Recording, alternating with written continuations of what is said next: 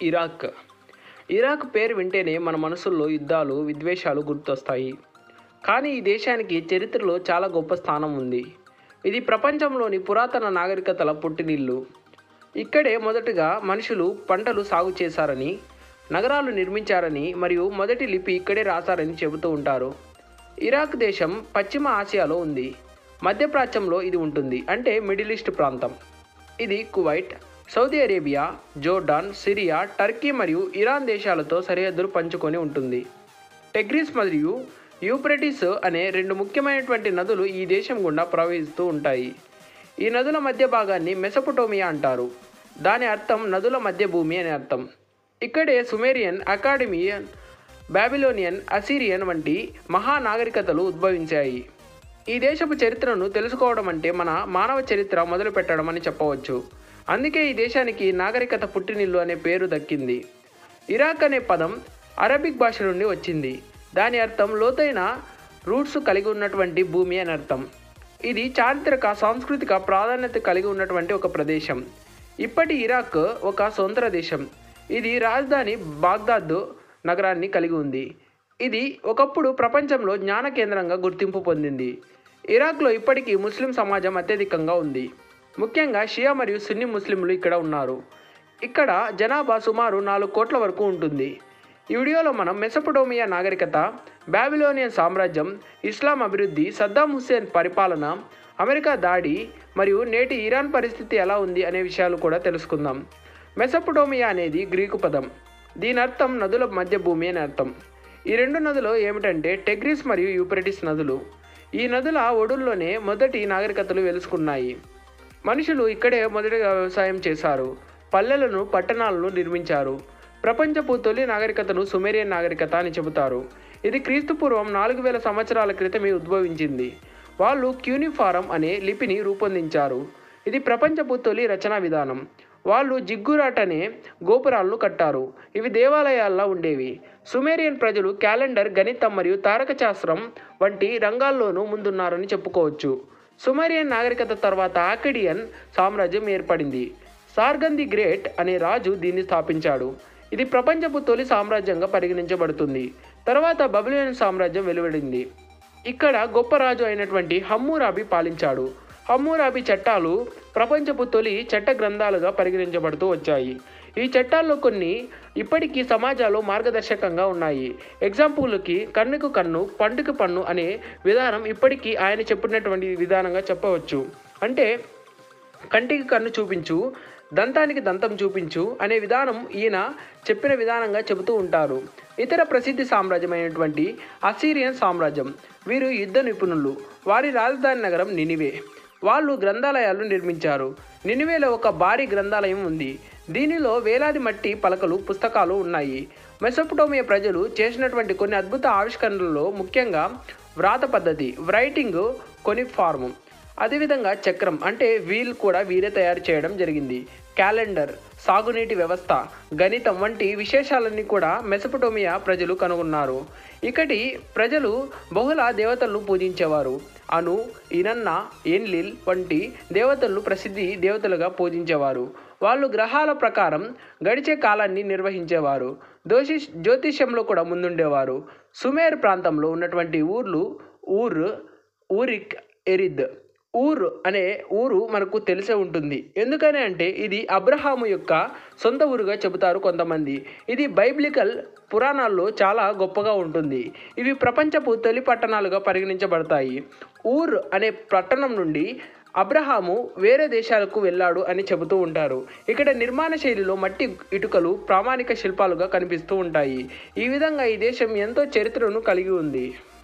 ఒక విషయం ఏమైనా చెప్పాలంటే దీనిని చరిత్రకు పుట్టినిల్లు అని చెప్పవచ్చు. ఈ విధంగా ఈ దేశంలో 7వ శతాబ్దంలో మహమ్మద్ ప్రవక్త ప్రవేశం పెట్టినటువంటి ఇస్లాం మతం వ్యాపించడం ప్రారంభమైంది. ఈ కాలంలో చాలా వరకు అరబ్ ప్రపంచమంతటా వ్యాపించింది. ఇంకా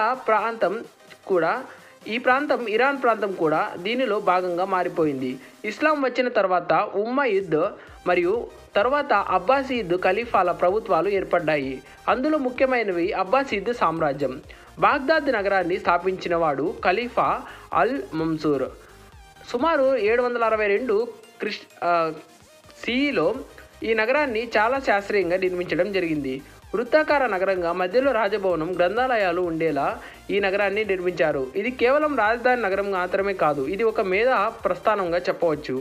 బాగ్దాద్లోని హౌస్ ఆఫ్ విజ్డమ్ అనే సంస్థ అనేది ప్రపంచంలోని గొప్ప విజ్ఞాన కేంద్రంగా మారింది. ఇక్కడ శాస్త్రవేత్తలు, తార్కికులు మరియు కవులు, అనువాదకులు, అన్ని దేశాల నుండి వచ్చిన వారు, పండితులు ఇక్కడ పనిచేస్తూ ఉన్నారు. యునానీ భాషల్లోని శాస్త్రాలు, భారత జ్యోతిష్యం మరియు పర్షియన్ విజ్ఞానం ఇవన్నీ కూడా ఇక్కడ అరబిక్ భాషలోకి అనువదించడం జరిగింది. ప్రముఖ శాస్త్రవేత్తలు, రచయితల విషయానికి వస్తే అల్ ఖ్వారిజ్మీ గణిత శాస్త్రవేత్త, ఆల్గోరిథం పితామహుడిగా చెబుతారు. ఇబ్ను సీనా వైద్య శాస్త్ర నిపుణుడు, అల్ బైరూని భౌగోళిక ఖగోళ శాస్త్రవేత్త, ఇబ్ను హయాథమ్ ఆప్టిక్స్ శాస్త్రవేత్త, ఒమర్ ఖయ్యాం కవి, గణిత శాస్త్రవేత్త, అల్ ఫరాబీ, అల్ రాజీ, అల్ ఇద్రిసి ఇతర ప్రముఖ పండితులు వీరు. ఈ కాలంలో ముఖ్యమైనటువంటి ఇస్లామిక్ గోల్డెన్ ఏజ్ అని చెబుతూ ఉంటారు. ప్రపంచపు గొప్ప విజ్ఞానం ఒకే చోట సమకూర్చబడింది. వైద్యం, గణితం మరియు ఖగోళ శాస్త్రం, అదేవిధంగా రసాయన శాస్త్రం అభివృద్ధి చెందాయి. పుస్తకాల అనువాదానికి ప్రత్యేకమైనటువంటి స్థానం ఇచ్చారు ఇక్కడ. ఆందోళన, స్వేచ్ఛ, ఆలోచన, ఆదరణ వంటి విషయాలు ఇక్కడ పుట్టుకొచ్చాయి. మహిళల హక్కులకు కూడా ఒక ప్రాధాన్యతమైనటువంటి పద్ధతులు చూపెట్టారు. ఈ కాలంలో అరబిక్ సాహిత్యం అత్యంత శ్రేష్టమైన స్థాయికి చేరుకుంది. అలీఫ్, లైలా వా లైలా, పర్షియన్ కవిత్వం, ఖురాన్ యొక్క అందమైనటువంటి రచనా శైలి ఇవన్నీ ఇస్లామిక్ గోల్డెన్ ఏజ్ సంపదగా చెబుతూ ఉంటారు. 9వ శతాబ్దంలో బాగ్దాద్ అనే పేరు వింటే ప్రపంచం అంతా గర్వంగా చెప్పుకునేది. అందరూ అక్కడికి విద్య నేర్చుకోవడానికి వచ్చేవారు. గ్రీకులు, భారతీయులు, జ్యూస్, అదేవిధంగా క్రిస్టియన్లు కూడా ఇక్కడికి వస్తూ ఉండేవారు. 1258లో మంగోలులు అధినేత అయినటువంటి హులుగ్ ఖాన్ బాగ్దాద్పై దాడి చేసి నగరాన్ని ధ్వంసం చేశాడు. హౌస్ ఆఫ్ విజ్డమ్ నాశనమైంది. వేలాది పుస్తకాలు నదిలో పడేశారట.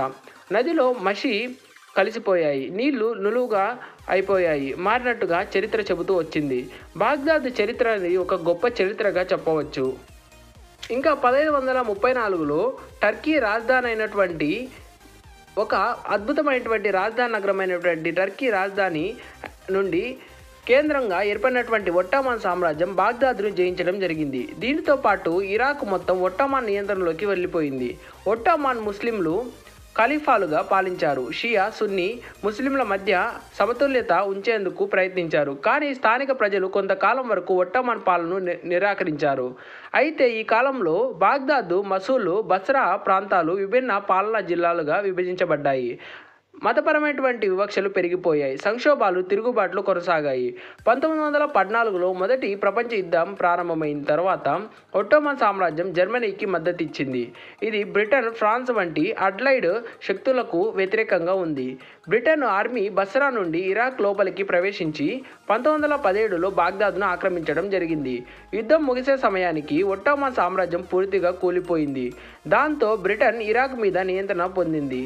వర్సాయిలు ఒప్పందం అనంతరం లీగ్ ఆఫ్ నేషన్స్, బ్రిక్స్, అదేవిధంగా బ్రిటన్స్కు ఇరాక్ మీద తాత్కాలిక పాలనాధికారం వచ్చింది.